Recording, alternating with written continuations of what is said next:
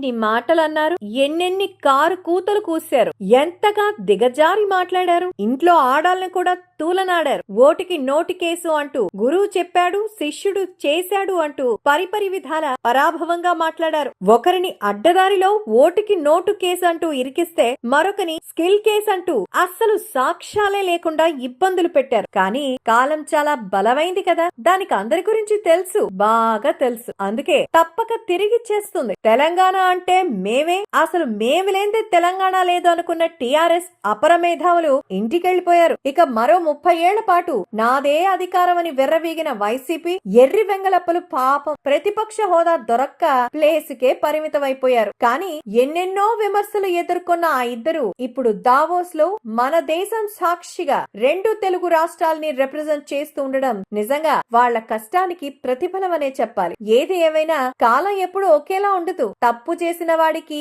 వడ్డీతో సహా తిరిగిచ్చేస్తది. తప్పుడు విధవల తాట తీస్తుంది అనడానికి లైవ్ ఎగ్జాంపుల్ ఇదే.